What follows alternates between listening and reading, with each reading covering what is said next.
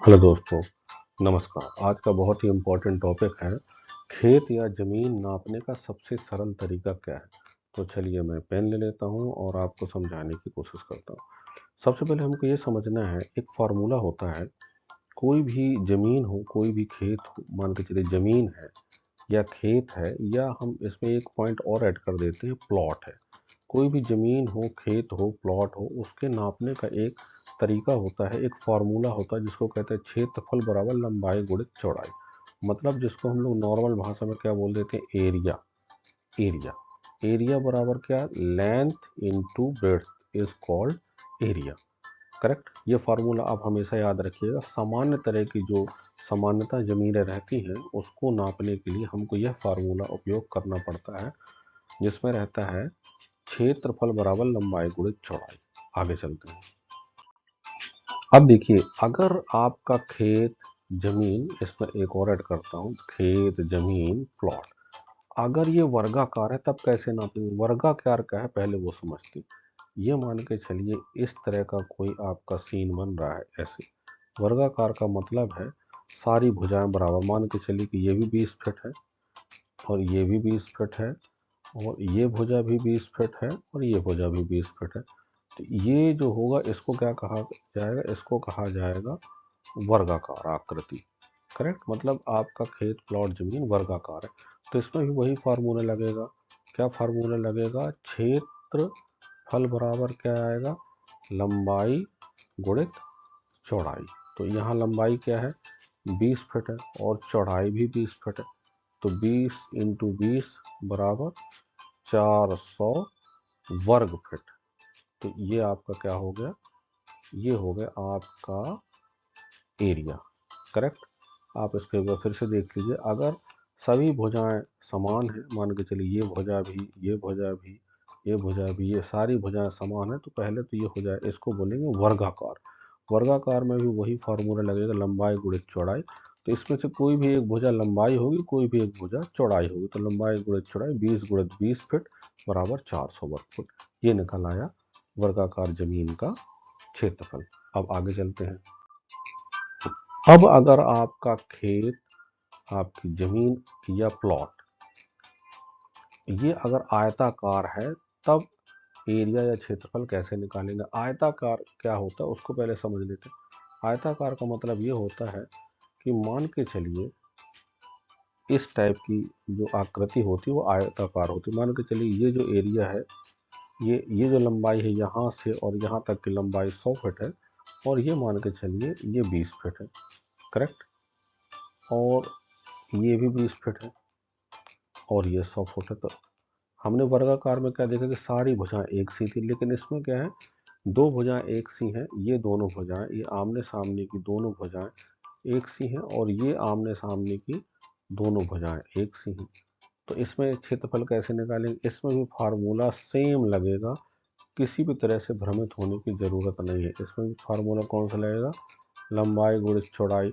मतलब इसमें आपको क्या करना पड़ेगा, 100 गुणित 20, 100 फीट गुणित 20 फीट। तो इसमें क्या आएगा, इसका एरिया कितना निकलेगा बताइए आप। 20 ये हो गया आपका, कितना आया, 2000 वर्ग फुट।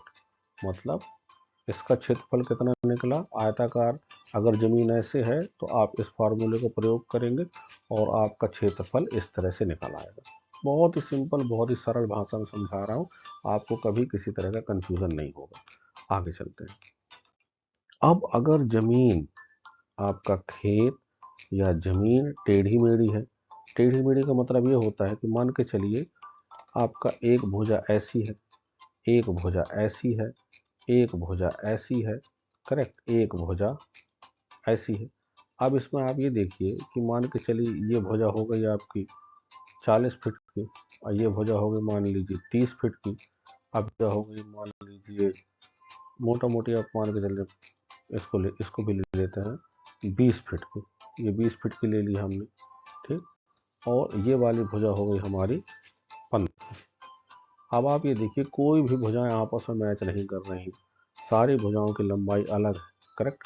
तो इसमें आपको क्षेत्रफल कैसे निकालेंगे, तो क्षेत्रफल निकालने का फार्मूला सिम बिल्कुल वही रहेगा, आप भ्रमित मत होइए।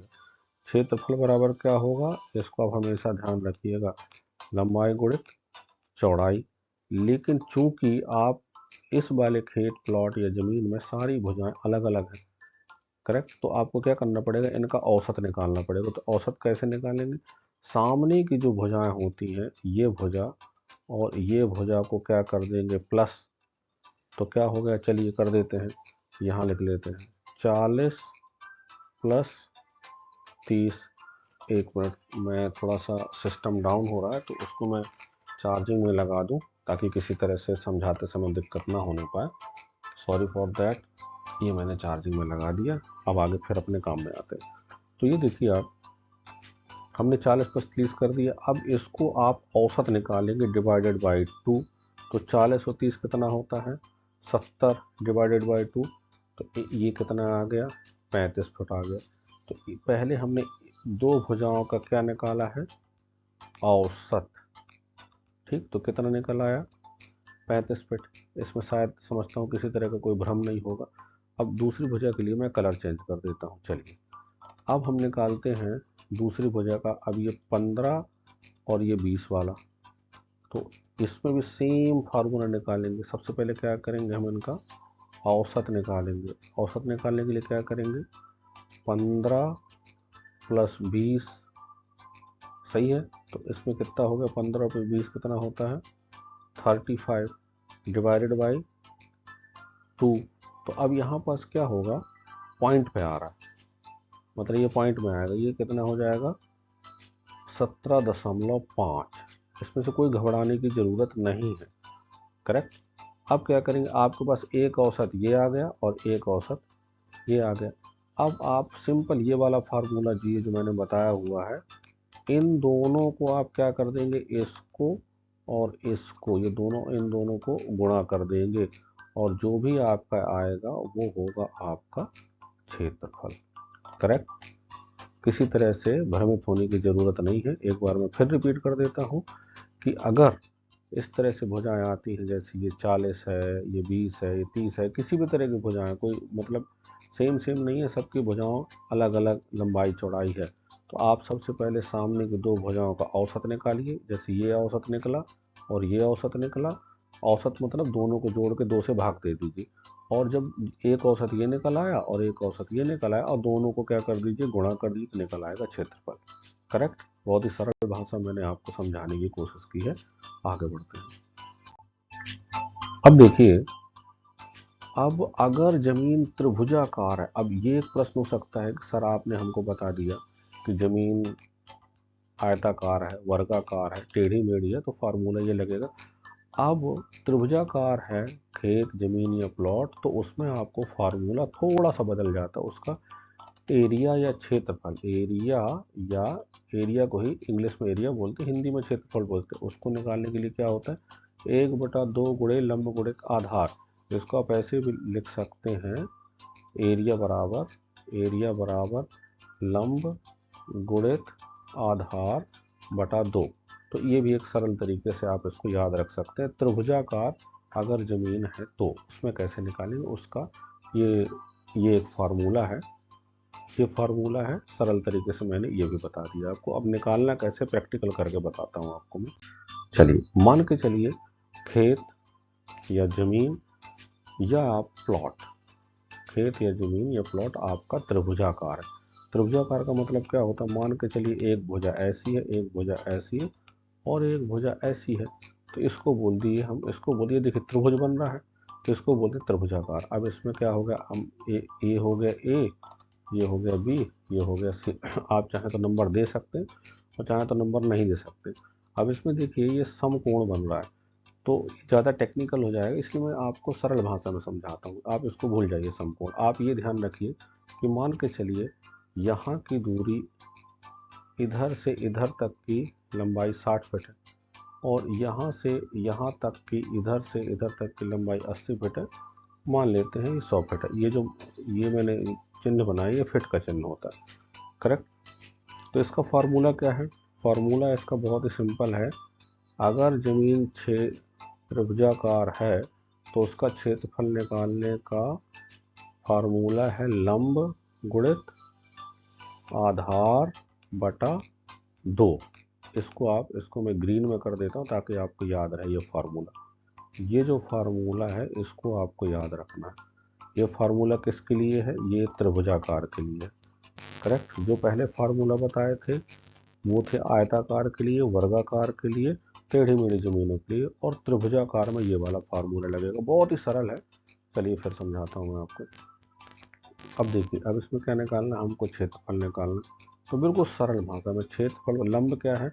ये जो लंबवत भुजा है ये वाली, ये लंबवत है तो ये कितनी है? 60 फुट। ठीक। और आधार क्या है? ये है आधार। ये वाली जो भुजा है ये 80 फुट वाली, ये आधार है तो ये हो गया 80 फुट बटा 2 कर दिया हमने। तो 60 फुट गुणित 80 फुट कितना हो गया? कितना फुट हुआ सर? 4800 फुट हुआ बटा 2। ठीक है सर। अब 4800 को आप 2 से डिवाइड करिए तो कितना आएगा sir? Is equal to 2400 square foot. ये हो गया इसका क्षेत्रफल। बहुत ही सरल है और बहुत ही सरल भाषा में मैंने बताने की कोशिश करी है ताकि आपको कठिन चीज़ भी बहुत सिंपल तरीके से मैंने समझाया। उम्मीद करता हूँ कि आपको बहुत सारी चीज़ें समझ में आई होंगी और आगे मैं ऐसी ही चीज़ों को सरल सरल तरीके से बना करके आपके सामने पेश करने की कोशिश करूँगा। तो फिर मिलते हैं अगले नए ज्ञानप्रद वीडियो में। प्लीज़ सब्सक्राइब करें। नई जानकारी के साथ जल्दी मिलता हूँ। तब तक के लिए आपका दिन शुभ हो। आप सदा सुखी रहें। Thank you.